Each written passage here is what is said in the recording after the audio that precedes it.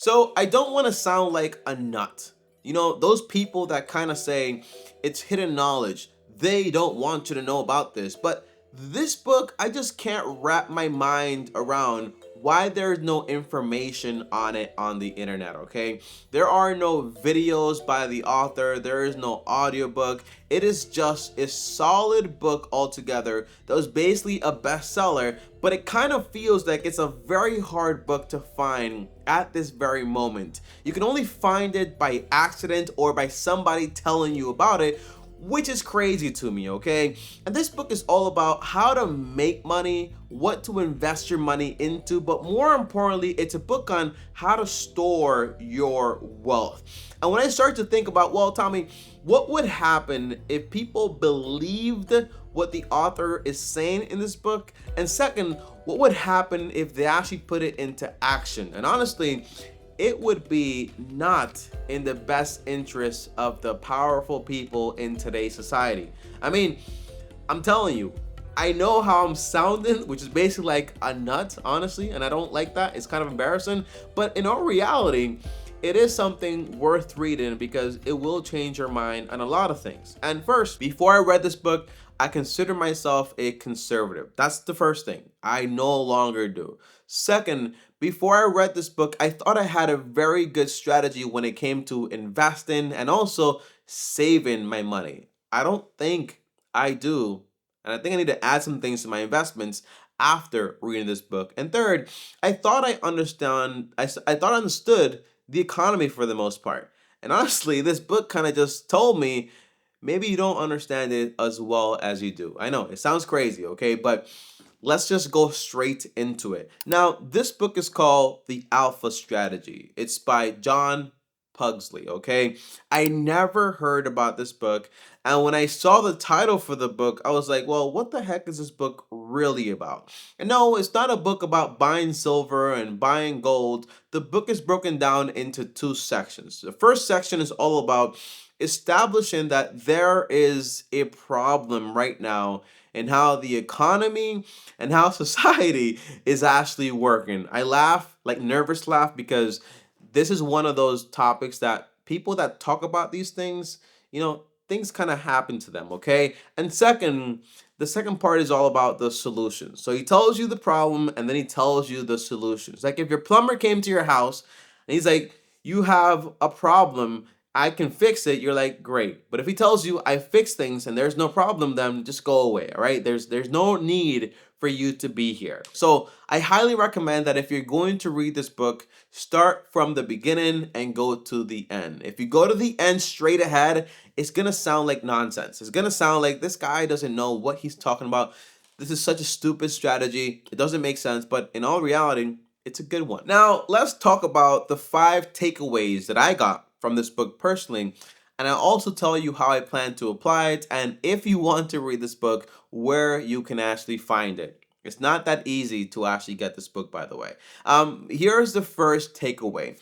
The first radical idea that the author kind of talks about as far as the problem is inflation and how inflation is such a terrible thing. Now, as most of us know, inflation is the dollar losing purchasing power. So, I used to be able to go to the grocery store when I was a kid, honestly, and with $1, I could buy a bag of chips, a little soda thing that you could basically buy, little like pops, and then also like some loose candy, all with just $1. Today, if I go to a grocery store with $1, I can walk away with maybe a bag of chips, and that is just about it, nothing else. And that is your money becoming less valuable. When this author started to talk about that, I was like, here we go.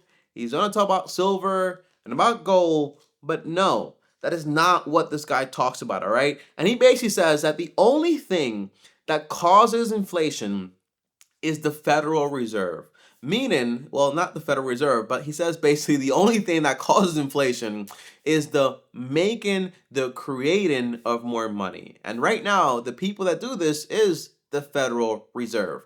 They create more money out of nowhere, which causes the devaluation of our currency, which means things get more expensive. And since your wages don't go up with inflation usually, well, now you're stuck having a poorer quality of life. Now, the crazy thing and the most radical idea that this guy basically talked about is basically that the Federal Reserve seems to be established to help us, but in reality, it was actually established to self-regulate banks, meaning banks created the Federal Reserve and they regulate themselves, so it's not real regulation. I know this sounds absolutely crazy. When I heard this, I was like, this guy is a conspiracy theorist. What is he talking about? That the banking system created the Federal Reserve. The Federal Reserve regulates the banking system. This is such a stupid idea, okay? But look it up. Look up the banking system created the Federal Reserve online. Just ask ChatGPT, look it up online. It is not hidden, but you cannot find it if you're not searching for it, which is crazy, okay? So that's the first thing, okay? Inflation is not caused by my grocery store owner raising prices. It is caused by the Federal Reserve printing more money and the banking system using fractional banking to actually just create and lend a bunch of money, which then devalues the currency. This basically steals money from your pocket because your savings, your money is eroded. Your investment gains basically go negative if you're not careful, all right? Now, the second thing I learned from this video, and a very radical idea, is the role of the government. Now, I consider myself a conservative, but now I consider myself a classical liberal. You ever heard the idea that, that liberals used to be conservative, conservatives became liberal, all this stuff? Well, it's even worse than that. If you look up classical liberalism, like from the 1800s by Frederick Bastiat, he wrote a good book. It's called The Law. You can find it here on YouTube for free, on audiobook version. Read that book too. If you're going to read this one, it'll change your life also, because I don't think anyone disagrees that we all have equal rights. I'm not greater than you. You're not greater than me. We all should, like, the government should stand for justice, protecting our rights, and basically making sure that bad things don't happen as far as me getting stolen from or my private property. But I don't think the government should be involved in every single aspect of our lives. And after reading this book, honestly, it made me have an appreciation for America, how it started out. Because America, the reason you have things like the Second Amendment and all those other things in there is because America did not want, the Founding Fathers did not want this big conglomerate government involved in every single aspect of our lives. And what we actually have right now, well, evolving into, is socialism and communism. I never thought I would say those words coming out of my mouth in a video, but you gotta read this book and you gotta find out about Frederick Bastiat and classical liberalism. It is absolutely insane. But I don't think anyone really disagrees with the idea that everyone has, individual liberty. Government should be established to protect people's rights and their liberty, and you don't want the government involved in every single aspect of your life. And, people should kind of respect those things for the most part. But oh man, I think I'm gonna get in trouble making this video. Now, the third idea, which is the most radical thing, is, when I read this book, I was like, all right, so the government must be at fault, okay? They are the problem. We need to, talk to the politicians and all this other stuff. The truth is that, no, that is not what the author says. He basically says this, okay? When I was in New York, we blame the government for absolutely everything. But the truth is that the government is not at fault.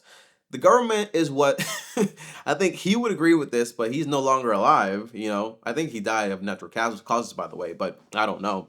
But, the government in a way is kind of like a kiss ass. In high school you have like a kiss ass, someone that basically is always flattering you, but they're doing it for their own self-interest. So the only reason the government does what they do is because of lobbyists. It's because of the public's interest. So in reality, who's at fault is Americans themselves, us as individuals, and also businesses as individuals, because they go ahead and they lobby to get laws in place that give the government more power to protect themselves, but then further along, it actually ends up hurting all of us. And that's the crazy thing. So that was kind of very refreshing to kind of say, hey, let's not blame the government or the politician. Let's blame ourselves, which is something that I never heard someone say. So, what do you do about this, okay? And this is the fourth implication here. What do you do once you know about this stuff? Once you actually read this book and once you actually see that, things have gotten out of hand. Well, the answer is you actually make a difference by talking to your neighbor about this stuff, trying to make videos and content about this information, and just trying to get the word out there to try to change things, because it won't change from a I'm going to remove this president, I'm going to remove this person from the government, because honestly, they will just be replaced by somebody else and it'll be just the same thing. But it starts at the core level, at the us level for the most part. Now, here's the fifth thing I want to talk about, okay, is how are they actually stealing from us? In this book, the author goes into great detail on how there is a massive sting going on as far as theft, all right? So here are some examples of what the author says. Number one is inflation. If you have savings and then the Federal Reserve prints a ton of money like they did in 2020, automatically your savings are going to erode. I had some money that I basically had saved on the side once I sold the house, and literally it's been 2, 3 years, and that money I would say has lost almost 50% of its value, because relative to gold, which just holds value for the most part, well, it is not doing that well, okay, because of the printing of more money.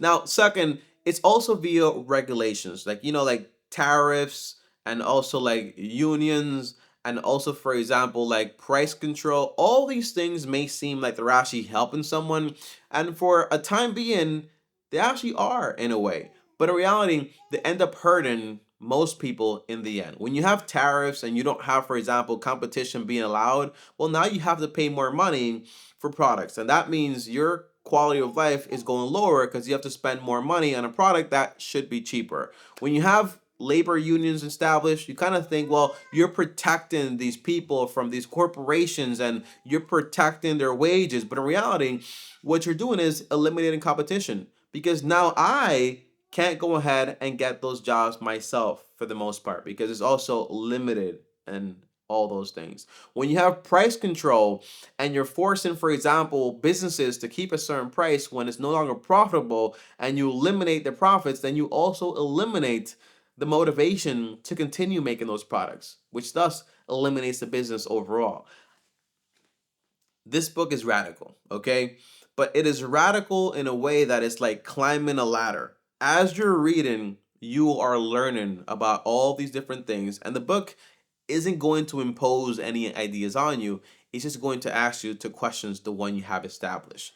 I never thought I was programmed in any way to believe certain things or whatever. I've read well over 200 plus books, but I never read a book like this before. It's changed everything. So, how would I go ahead and apply this to my life? Well, I'll tell you what the alpha strategy basically is, but I highly recommend you read the book, okay? Because it's gonna sound like garbage. The alpha strategy is all about the storing of wealth. And he basically says if you want to store your wealth, you want to put it into actual wealth, because this paper, this currency is just a claim to wealth. It's just a claim to me buying something that I actually need. And that's what you consider wealth, right? The food, the shelter, the experiences, the things you actually want for the most part. That is the actual wealth. This is just a claim to wealth. So what he says is invest your money into those things and make a stockpile of sorts. And first, take care of your needs and then buy the things that you know later people are going to need. So that way you have some security. But more than that, he also goes into detail that the best investment you can make is not in the stock market, which is crazy, but it's going to be into production. Production in the sense that we all are producers. I produce this content, I try to educate, I try to learn things, but maybe you're a carpenter, maybe you are a stockbroker yourself, maybe you are, I don't know, a lot of jobs, like another job, whatever skill you have, right? But the point is, if you invest in your own trade, your own production by investing into education and getting better at it, you protect yourself from competition and you also make more money. And that's probably going to be a better investment because education cannot be taken away from you. I'm not saying I'm not going to invest in the stock market anymore. I'm going to get to that. But then he says, hey, if you know for a fact you're going to be needing to have shelter, right? Because we all need shelter. Try to buy your home and own that. Not as far as an investment, because he also talks about the inflationary price of real estate today because of regulation, because of demand and supply and all this other stuff, okay? But the idea is prices are not being bought right now as investments, although they may seem to be. But you should buy a house to preserve your wealth and to also, limit the amount of money you're basically spending. And then he also gets into the idea of what, if I never read the problem part of this book, which is part one, I would have never be interested in this, but it's the stockpiling idea. Those people that they call preppers, they have like 20 barrels of toilet paper or whatever in their basement, and you're like, that's kind of crazy and unnecessary. You can just buy it when you actually need. But I started to ask myself, I have some cash, okay? I have some money. But in reality, if I had no access to the dollar bills in my account or the dollar bills in my investment account, everything I basically need, I would basically consume within about a month or so. And then I would be out of luck. So what he basically says, if you want to protect yourself against inflation, if you want to protect yourself against the erosion of your wealth by, the printing of more money and all these other things, well, what you want to do is buy those things you need right now. So instead of buying like some salt, like a little salt shaker, I can buy 20 kilos of salt, which sounds crazy. Instead of buying like flour every single week at Walmart, I can go ahead and buy flour berries, like 25 kilos also, that last me 25 years or so. Instead of buying spirits and wine, every other day and the price is going up, I can just buy 6 to 8 cases that I know will last me about a year or whatever. And by the way, that's just an example. I don't drink alcohol for the most part, okay? Rarely, if ever, but probably like not, honestly. But that's the idea, buying the things that you know you're going to need and buying them in bulk now. When you buy things in bulk, something happens, okay? One, you get a discount. And two, what you pay for it right now is the price. So if prices go up later, it doesn't matter because you already paid for it, you already own it. And once you're done with that aspect of, getting the things you actually need, and by the way, I questioned this when I heard it, like, well, what if someone comes in your house and steals your stash, okay? What you actually gathered? The answer is you can get insurance against that, which is actually pretty cool, honestly. But he also talks about that once you have these things established and you actually have this little wealth, which is real wealth for the most part, well, start buying things other people are going to need. So for like example, like real estate or like other materials that you can later sell. So this book, honestly, guys, I know this sounds like a completely radical idea. If you heard my videos before, you're like, oh,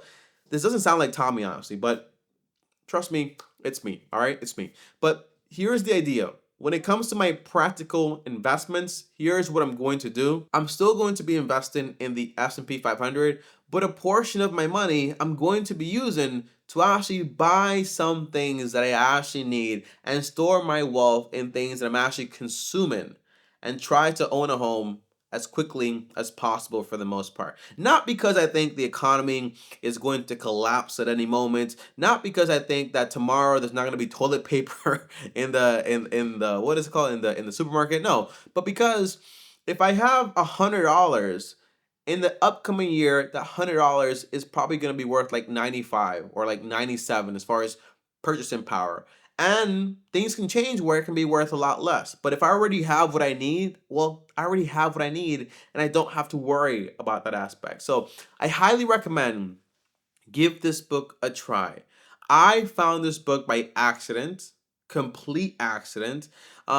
If you want to read this book, you can probably find it on Amazon. It's called The Alpha Strategy. If you can't find it there, look at thriftbooks.com. If you can't find it there, look at the Internet Archive. You could actually borrow it for free there. That's how I got it. And then you can actually read it. When you're reading it, also read Frederick Bastiat, The Law. It's also a great book. And again, this is not a book on buying gold and buying metals. Although you can buy some gold and metal, but once you read this book, you'll also know that those things can also be manipulated for the most part. This is not a book about, this is the end of the world. No, it's a book about if you have money, how do you store it and how do you multiply in a way that's actually safe. Guys, thank you for watching this video. I'll see you guys next time. Share this video because I honestly do not think this video is going to go far just by, the powers. Thanks for watching. Peace.